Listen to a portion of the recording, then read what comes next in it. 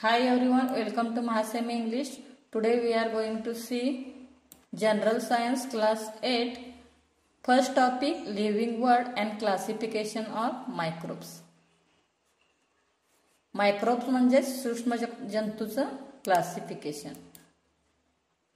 So can you recall what is the Hershey for classification of living organism? Who invented binomial system of nomenclature? Which level of Hershey are considered while writing the name in binomial nomenclature? तर बघा तुम्ही हे सगळं सांगू शकता का? तर Hershey classification of living organism म्हणजेच काय? Binomial system of nomenclature and which level of Hershey are considered while writing the name of in binomial nomenclature. So, see here in history, Carl Linnaeus in 1735 divided living world in two kingdoms, that is Vegetalia and Animalia. Haeckel in 1866 considered three kingdoms: Protista, plant and animals. So Carl Linnaeus होता, त्याने काय केलं बघा, in 1735 living वर्ल्डला त्याने दोन kingdom मध्ये divide केलं, Vegetabilia and Animalia. Haeckel scientist in 1866 he considered three kingdoms, that is Protista, plants and animals. In 1925, Catton created two groups, prokaryotes and eukaryotes.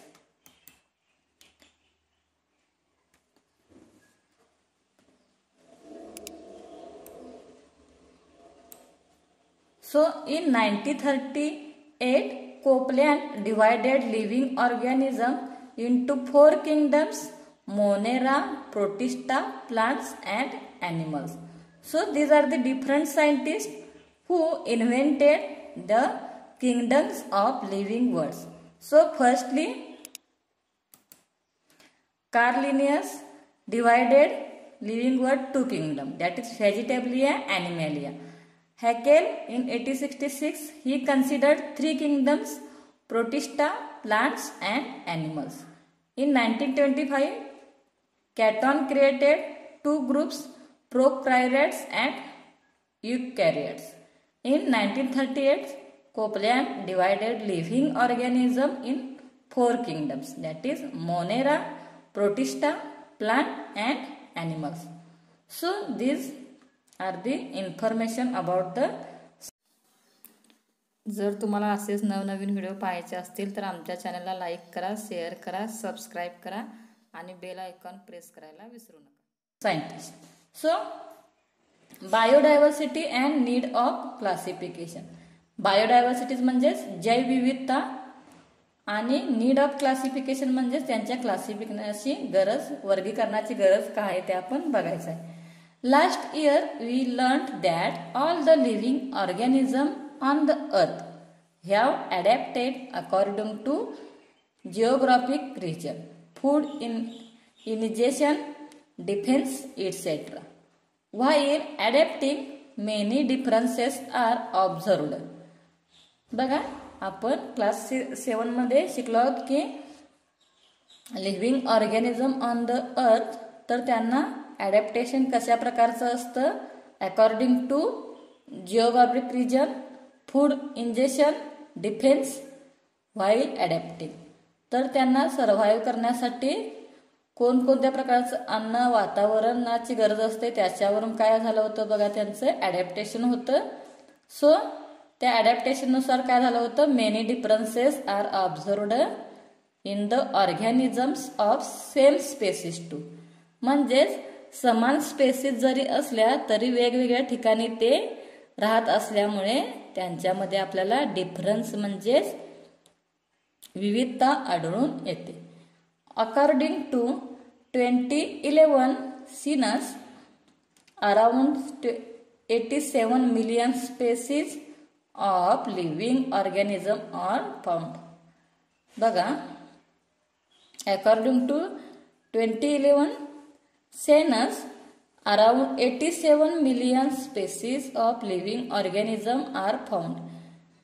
87 million species आहेत लिव्हिंग ऑर्गॅनिझमच्या. Found on the earth. अर्थवर किती प्रकारच्या species आहेत? 87 million species आहेत, including land and sea. जमिनीवर तसेच समुद्रात राहणारे सगळे मिळून 87 मिलियन स्पेसीज आहेत. To study such a vast number, म्हणजेच हा खूप मोठा आकडा आहे. अशा प्रकारच्या स्पेसीजचा आपल्याला स्टडी करण्यासाठी बघा काय करावं लागेल. It was essential to divide them in to groups. तर त्याचा आपल्याला अभ्यास करण्यासाठी आपल्याला त्याचं काय करावं लागेल, डिवायडेशन इन टू ग्रुप्स, म्हणजे वेगवेगळे ग्रुप्स करावे लागतील. So groups and sub groups were created. तर त्यासाठी काय केलं बघा, सुरुवातीला ग्रुप केले आणि त्या ग्रुपचे परत सब ग्रुप केले. Considering the similarities and differences among the living things. तर त्याच्यामध्ये सिमिलॅरिटीज म्हणजेच समानता आणि डिफरन्सेस म्हणजे विविधता काय काय आहे ते बघून काय केले बघा, त्यांचे ग्रुप आणि त्या ग्रुपचे फर्दर सब ग्रुप केले गेले. This process of dividing living organism in to groups and sub groups is called biological classification. तर ह्याच प्रोसेसला काय म्हटलं गेलं बघा, बायोलॉजिकल क्लासिफिकेशन असं म्हटलं गेलं. तुम्हाला हे डेफिनेशन मध्ये 2 मार्काला विचारू शकतात. बायोलॉजिकल क्लासिफिकेशन म्हणजेच काय? The process of dividing living organism into groups and sub groups are called biological classification. So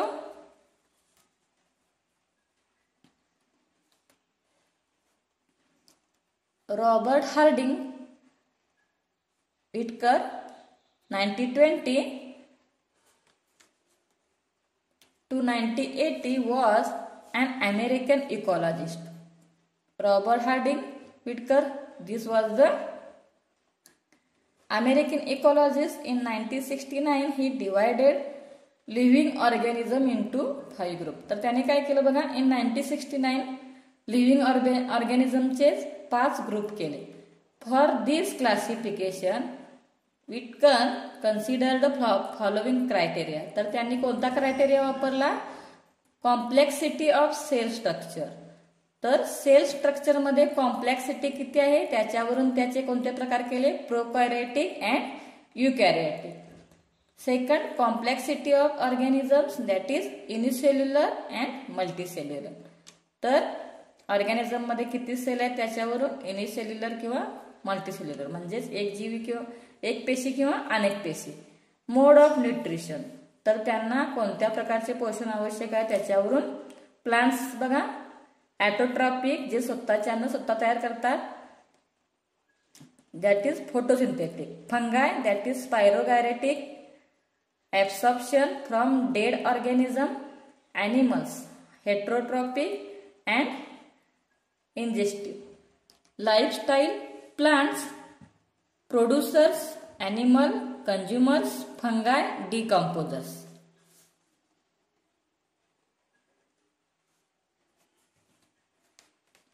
Phylogenetic relationship, prokaryotic to eukaryotic, unicellular to multicellular. So see here,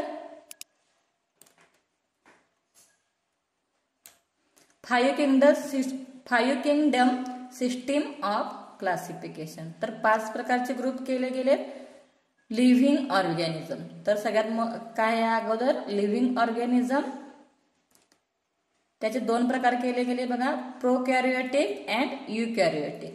then eukaryotic again divided into unicellular, multicellular. Unicellular again divided into kingdom 2 Protista. Multicellular is again divided into 3 subgroup, that is kingdom 3 fungi. Cell well present but organism can't perform photosynthesis. तर याच्यामध्ये काय असतं बघा, sale wall present असते पण organism काय करू शकत नाही, फोटोसिंथेसिस करू शकत नाही. For example fungi. Kingdom 4 Plantae. Cell wall present and organisms can perform photosynthesis. याच्यामध्ये काय असतं बघा, सेल वॉल असते आणि ते काय करू शकतात, फोटोसिंथेसिस करू शकतात. अशा प्रकारचे प्लांट. Kingdom 5 animals. त्याच्यामध्ये काय नसतं, नो सेल वॉल प्रेझेंट नसते. तर बघा प्रोकॅरियोट्स मध्ये युनिसेल्युलर, त्याच्यामध्ये किंगडम 1 मोनेरा. तर अशा प्रकारे लिव्हिंग ऑर्गॅनिझमचे 5 प्रकार पाडले गेले. पहिला होता प्रोकॅरियोट्स अँड युकॅरियोट्स. त्यानंतर again this divided into sub groups. Prokaryotes unicellular, kingdom 1 Monera. And eukaryotes again divided into 2 parts, unicellular, multicellular. Unicellular kingdom 2 protista, multicellular kingdom 3, kingdom 4 and kingdom 5. Kingdom 3 that is fungi, kingdom 4 plantae, kingdom 5 animalia. Kingdom 3 मध्ये काय बघा, फंगाय आहे ज्याच्यामध्ये sale wall present आहे पण ते काय करत नाहीत, फोटोसिंथेसिस करत नाहीत. किंगडम 4 मध्ये Plantae, cell wall present, they perform photosynthesis. And kingdom 5 मध्ये ॲनिमल म्हणजेच ॲनिमल्स प्रेझेंट असतात, त्याच्यामध्ये no cell wall. Thank you for watching. Please like, share and subscribe our channel for more videos on mass same English.